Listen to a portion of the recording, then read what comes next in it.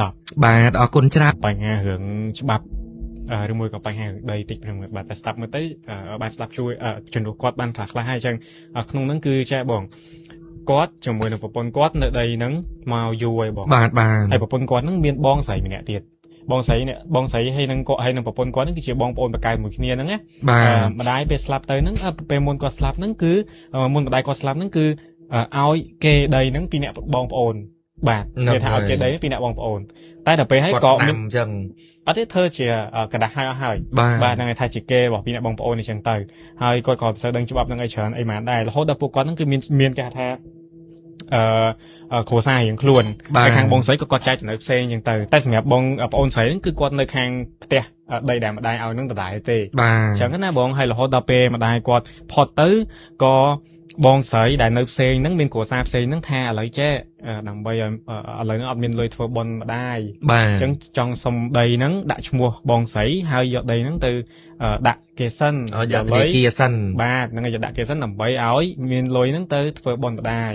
តែគាត់បញ្ជាក់ប្រាប់ថាដីហ្នឹងដាក់ឈ្មោះបងប្អូនអត់បានទេតែដីហ្នឹងអត់មានឈ្មោះបើនិយាយថាប្លង់ធ្វើមានតែចុងស្លឹកតើមានប្លង់រឹងបាទមានចុងស្លឹកបងគាត់ថាមានតែចុងស្លឹកអញ្ចឹងគាត់ថាគាត់សុំធ្វើប្លង់ហ្នឹងដាក់ឈ្មោះប្តីប្រពន្ធខាងបងបានអត់មានឈ្មោះប្អូនហ្នឹងទេហ្នឹងហើយបាទគាត់ថាដាក់ឈ្មោះពីអ្នកបងប្អូនអត់បានអាហ្នឹងតាមអីដែលខ្ញុំស្ដាប់ពីខាងបងគាត់ដែលប្រាប់យើងមកអញ្ចឹងបាទហ្នឹងហើយអញ្ចឹងបងផុសដែលជាបងថ្លៃហ្នឹងប្រាប់ទៅកាន់គ្រួសាររបស់ប្អូនខាងប្អូនហ្នឹងថាដាក់ឈ្មោះបងប្អូនអត់បានទេតដាក់មួយគ្រួសារគេបាទដល់ពេលហើយឥឡូវហ្នឹងគឺម្ដាយក៏ផុតដីហ្នឹងក៏បងស្រីក៏គាត់អូខេតាមហ្នឹងបាទក៏ឲ្យដាក់ឈ្មោះខាងគ្រួសារខាងបងអញ្ចឹងទៅឥឡូវហ្នឹងបងស្រីហ្នឹងផុតដែរគាត់ស្លាប់ដែរមែនហ្នឹងហើយអូដល់ពេលខាងបងស្រីគាត់ផុតដែរឥឡូវខាងបងថ្លៃនេះដែលជាប្រុសនេះមកយកដីហ្នឹងហើយឥឡូវបងស្រីដែលជាប្អូនម្ចាស់ដីហ្នឹងណាហើយនឹងគ្រួសារគាត់ហ្នឹងឥឡូវគឺគាត់អ្នកនៅដីហ្នឹងហ្មងហើយឥឡូវគាត់ដឹងអត់ដឹងធ្វើម៉េចបាទហ្នឹងហើយតែមកបងស្រីរបស់គាត់ហ្នឹងក៏ស្លាប់ដែរតែបញ្ជាក់ពេលដាក់ឈ្មោះអាថាចុងស្លឹកហ្នឹងក៏ចង់និយាយថាក៏មិនទាន់បានជាប្លង់រឹងដែរត្រូវទេគាត់ដាក់ហើយមានដាក់តែឈ្មោះខាងនោះធ្វើចេញអស់ហើយធ្វើចេញតែដាក់ជាតាបងស្រីតែបងស្រីគាត់សុំហើយសុំប្អូនហើយខាងប្អូនក៏អត់សូវដឹងអីហ្មងដែរអញ្ចឹងណាក៏របៀបថាអត់សូវដឹងរឿងច្បាស់យល់ហើយក៏គាត់ឲ្យខាងបងស្រីដាក់ឈ្មោះតែគ្រួសារគាត់ហ្នឹងហ្មងទៅតែអ្នកនៅចាក់ស្ដែងគឺខាងប្អូនស្រីនេះទេបាទរហូតដល់បងស្រីនឹងគាត់ផុតទៅឥឡូវនេះគឺខាងប្តីដែលជាបងថ្លៃហ្នឹងគឺមកយកដីហ្នឹងហើយយល់ហើយហ្នឹងហើយប្រិមិត្តរបស់យើងបងប្អូនជួយចូលរួមផងណាបើតែដីនេះគឺនិយាយចំទៅគឺជាកេររបស់ពុកម្ដាយរបស់គាត់ទេ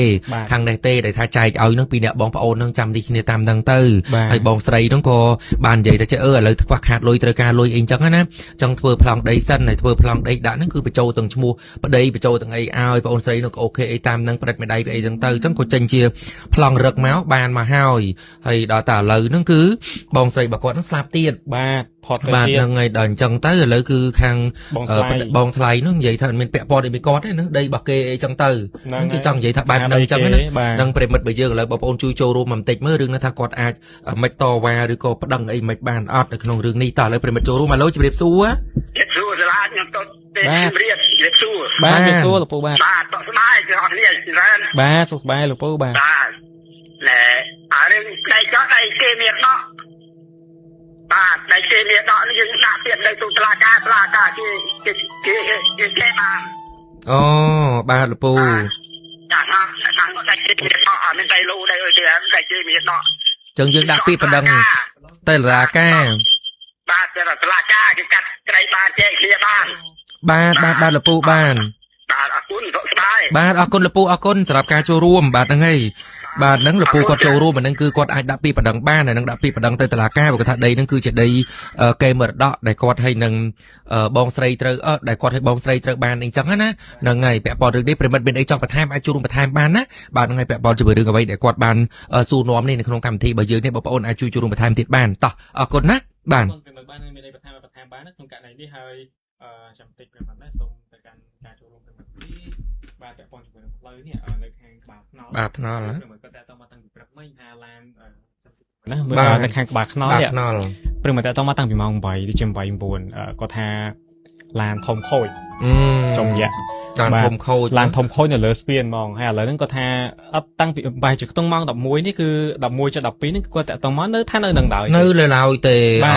จังอะไรเปลี่ยนมาเบอร์เซนจีบ้านเคลื่อนจำช่วยไปแจกติ้งเมื่อเปลี่ยนมาเนื้อดังลายเอาตัวมือกับไม้ได้มองสมาร์ทบ้านจอเตยเช็คกระแทกดูมือกับช่วยใส่สลังเพลิงในปัวซ่าในเลสเปียนนั่งเตรียมใส่ทอมประมาณเตะบ้านนั่งไงบ้านออกก้นเปลี่ยนมาเบอร์ยืนนะโดยจังลานเนื้อเขาเนี่ยเราเตะเลยเปลี่ยนมาโจรูมาดูติสตันอะโลจะเรียบสู้อะฮัลโหลทลาบ้านจะเรียบสู้เหรอบังแจ้งđầy nhá ban tao ôn sấy nhưng cá bong sấy nhớ đua nó chưa prom ở cái sơ phong nó thôi đã bong này chẳng lẽ ai có đã mày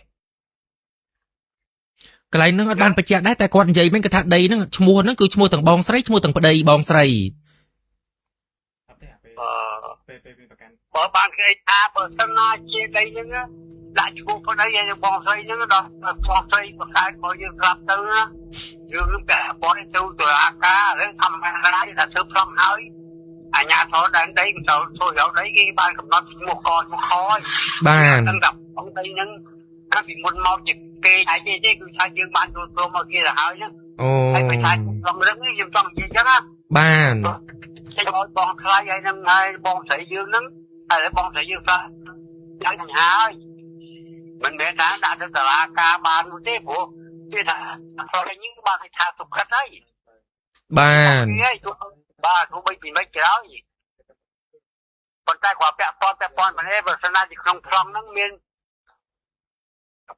ប៉ុន្តែប៉ុន្តែគេថាប្លង់ហ្នឹងបើមុខគេថាមរណកាលប្តីគេឲ្យប្រពន្ធដល់ស្លាប់គឺប្តីយើងមានសិទ្ធិលក់ជាស្វ័យប្រវត្តិជាកម្មសិទ្ធិជាស្វ័យប្រវត្តិបាទលោកពូបាទអញ្ចឹងច្បាប់វាចឹងបើមិនទាន់មរណភាពមិនទាន់ស្លាប់ក្នុងរួមថាសម្បត្តិរួមប្រពន្ធស្លាប់ព្រោះឯងមានសិទ្ធិលក់អនាគតផ្សេងទៀតតែបើសិនណាជាមានកូនចៅកូនមិនទាន់មានគ្រប់អាយុគឺថាមិនទាន់មកចាំហ្នឹងគឺវាពាក់ព័ន្ធហើយគាត់ទេព្រោះឯងយើងមានសិទ្ធិលក់ទាំងអស់បាទលោកពូបានអរគុណលោកពូអរគុណសម្រាប់ការចូលរួមបាទលោកពូបាទអរគុណលោកពូបាទសម្រាប់ការចូលរួមឥឡូវសូមប្រិមិត្តចូលរួមមួយរូបទៀតណាមានប្រិមិត្តគាត់ចូលរួមរឿងបងដែលគាត់សួរនៅក្នុងកម្មវិធីរឿងដីនឹងច្រើនឥឡូវជម្រាបសួរបងបាទបងបាទជម្រាបសួរបងបាទបងចូលរឿងនឹងទេសាលារឿងហ្នឹងបើតាមយោបល់របស់បងចែកជាពីរទី1ដីហ្នឹងគាត់បងប្អូនស្រីហ្នឹង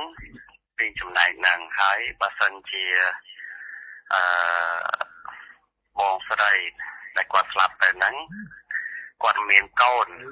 ចឹងដីហ្នឹងគឺត្រូវធ្លាក់មកលើកូនពីព្រោះកែនេះគឺជាកែរួមខាងស្រីមិនមែនជាកែទ្រព្យរួមរវាងប្តីប្រពន្ធរបស់បងស្រីទេជាកែមរតកខាងស្រីអញ្ចឹងតាមច្បាប់បើបងស្រីគាត់ស្លាប់ទ្រព្យរបស់បងស្រីត្រូវបានមកលើកូនបានហ្នឹងទី1ទី2បងស្រីប្អូនស្រីគាត់បានធ្វើលិខិតបកលឲ្យបងស្រីឲ្យគាត់យកទៅដើម្បីធ្វើកិច្ចការងារយកលុយមកធ្វើបុណ្យម្ដាយអញ្ចឹងដំណោះស្រាយទី2មានតែដាក់ពាក្យប្តឹងទៅតុលាការទោះជាឈ្មោះឆ្លងនឹងមានឈ្មោះបងស្រីនិងបងថ្លៃក៏ប៉ុន្មានប៉ុន្តែប្អូនស្រីនេះគាត់មានកដាស់ដើមណាសាឡាបាទបងបានគាត់មានកដាស់ដើមដែលបញ្ជាក់ពីម្ដាយមកថាដីនឹងចំណែក2ហ្នឹងហើយគាត់មានលិខិតមរតកពីដើមមកច្បាប់ដើមហ្នឹងគាត់មានលិខិតហ្នឹងអញ្ចឹងហើយប៉ុន្តែប្លង់ទាំងមានឈ្មោះបងស្រីនិងបងថ្លៃក៏ប៉ុន្តែនេះគាត់មានច្បាប់ដើមដែលម្ដាយដាក់ឲ្យពីអ្នកបងប្អូនស្រីហ្នឹងបាទបងបានគាត់អាចដាក់ពាក្យប្តឹងទៅហើយយកអកតាបណ្ដាំបរតកនឹងអមជាមួយទៅហើយអាចដោះស្រាយបានហ្នឹងហើយ បងចូលរួមប៉ុណ្ណឹងអរគុណ បាទអរគុណច្រើនបងអរគុណបាទណាសម្រាប់ការចូលរួមបាទជាមួយនឹងខាង ABC នេះបងប្រុសគាត់ចូលរួមដូចស្ដាប់ទៅក្បោះក្បាយនេះគឺមានហេតុផលទាំងអស់គ្នានិយាយទៅទាំងប្រិមិត្តរបស់យើងមុនណាបងប្រហែលអ្នកចូលរួមនេះគឺសិតតែនេះទាំងអស់ប្រិមិត្តរបស់យើងណានឹងសម្រាប់បងដែលគាត់កំពុងតែតាមដានស្ដាប់ពីស្ថានីយ៍វិទ្យុ ABC តើអរគុណឥឡូវយើងសូមទៅចាប់តាមកម្មវិធីសិនហ៎តន់ហ៎47ហ៎បាទតើឥឡូវសូមប្រិមិត្តរបស់យើងមករូបទីឥឡូវជម្រាបសួរខ្ញុំគ្រូក្នុងសាលាណាបាទគាត់លើខេត្តផលខ្លះឲ្យខ្ញុំសុំបន្ថែមតិចទៀតណាកូនណាបាទអ្នកមីងសូមអញ្ជើញកាលណាធ្វើផ្សងគេសួរទៀតណាឧទាហរណ៍ថាប្អូនស្រីគាត់ឲ្យដាក់ឈ្មោះបងប្រុសបងស្រីគាត់មែនបងស្រីដែលគាត់ទទួលមរណភាពហ្នឹងសាលាបាទអ្នកមីងអញ្ចឹងឲ្យចូលចោលដីគេសួរណាគេសួរថាជាបច្ចៈទ្របទៀតណា